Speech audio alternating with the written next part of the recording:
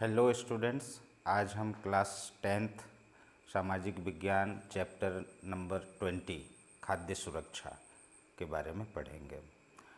तो आप जानते हैं भोजन हमारे जीवन का एक महत्वपूर्ण आवश्यकता है, जिसके बिना जीवन चलना मुश्किल है। कल्पना कीजिए कि अगर हमको प्रतिदिन भोजन ना मिले तो हमारा जीवन कैसा होगा।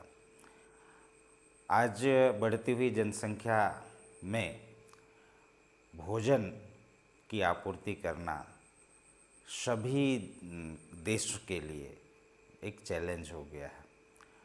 आपको मालूम है कि हमारा देश भारत कृषि प्रधान देश है और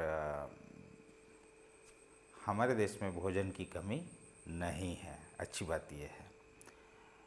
तो खाद्य सुरक्षा क्या है और क्यों आवश्यक है, भोजन हमारे लिए, खाद्य सुरक्षा हमारे लिए क्यों आवश्यक है, इस सारी बातों का हम स्टेप बाय स्टेप स्टडी करेंगे, समझेंगे। सबसे पहले स्टूडेंट्स हम ये जानने की कोशिश करेंगे कि जब हम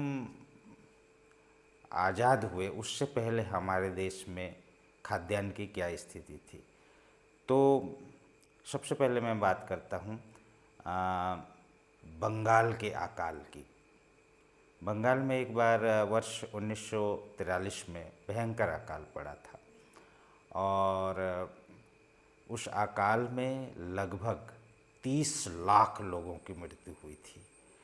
तो क्यों वो अकाल पड़ा था और इतने लोग कैसे मारे गए, इसके बारे में मैं आपको बताना चाहूँगा। तो हुआ क्या था कि उस वर्ष मौसम में थोड़ी सी खराबी की वजह से उत्पादन में थोड़ी सी कमी आई थी। उत्पादन में कमी आने के कारण क्या हुआ कि जो व्यापारी वर्ग थे उन्होंने अनाज की जमाखोरी चालू कर दी, उसे बाज़ार में बेचना बंद कर दिया। उस साल हुआ ये कि विदेशों से भी अनाज जो है थोड़ी कम मात्रा में आयात हुई। किसान भी डर गए। जो किसान अनाज उत्पादन करते थे उन्होंने भी सोचा कि भाई अनाज की कमी होने वाली है, तो जो किसान अनाज का उत्पादन करते थे उन्होंने भी अनाज को बाज़ार में बेचना बंद कर दिया। तो वे लोग जो रोज़ काम करते थे, दिहाड़ी जिसको कहते हैं, रोज़ काम करना और अनाज खरीद के खाना, तो वो लोग जो दिहाड़ी करते थे वो लोग को अनाज की आपूर्ति नहीं हो पाई। तो जब बाज़ार में अनाज की आपूर्ति कम हो गई तो अनाज की कीमतें बड़ी तेज़ी से बढ़ने लगी। सरकार भी जमाखोरी को और जो मूल्य वृद्धि हो रही थी जमाखोरी की वजह से, उसको कंट्रोल करने में समर्थ नहीं हो पाई। खाद्यान्न की आपूर्ति भी सरकार नहीं बढ़ा पाई। इसका रिज़ल्ट ये हुआ कि अनाज की जो कीमत है वो बड़ी तेज़ी से बढ़ने लगी और इस आसमान छूती कीमतों को एक गरीब वर्ग जो है अफोर्ड करने में समर्थ नहीं रहा और वो भूखे मरने लगे। सबसे ज़्यादा बंगाल में जो अकाल पड़ा उसमें सबसे ज़्यादा जो प्रभावित हुए थे वो थे मजदूर, मछुआरे, बढ़ई, सामान ढोने वाले मजदूर। इन लोगों तक अनाज की पहुंच नहीं हो पाई, वे अनाज खरीदने में ही समर्थ नहीं हुए, फलस्वरूप वो भूख से मरने लगे। एक तस्वीर जो 1943 में अकाल में जो हालात था लोगों का, मैं आपको शेयर करना चाहूँगा। आपकी किताब में भी आप उसे देख लीजिएगा। इससे आप अंदाज़ा लगा सकते हैं कि 1943 में जो बंगाल में अकाल पड़ा था वो कितना भयानक रहा होगा। ये सन याद रखिएगा बच्चों कि बंगाल में अकाल कब पड़ा था, वर्ष 1943 में।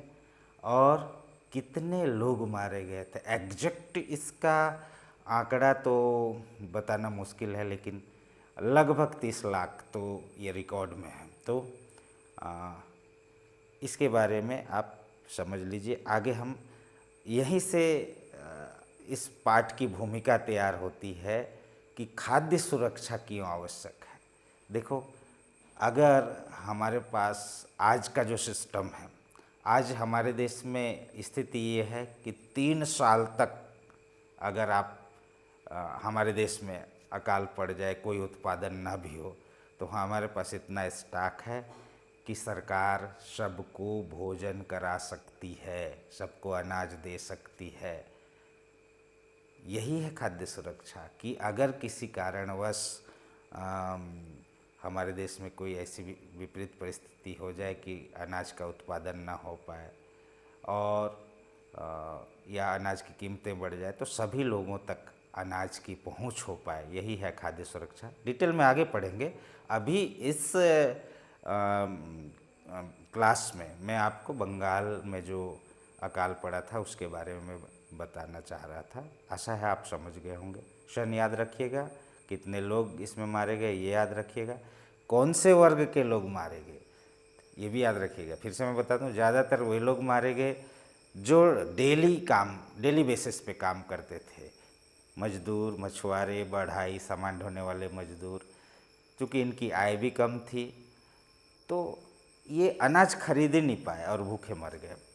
तो बहुत भयंकर था बंगाल का ये जो अकाल था 1943 में जो आया था। आशा है आप समझ गए होंगे बच्चों।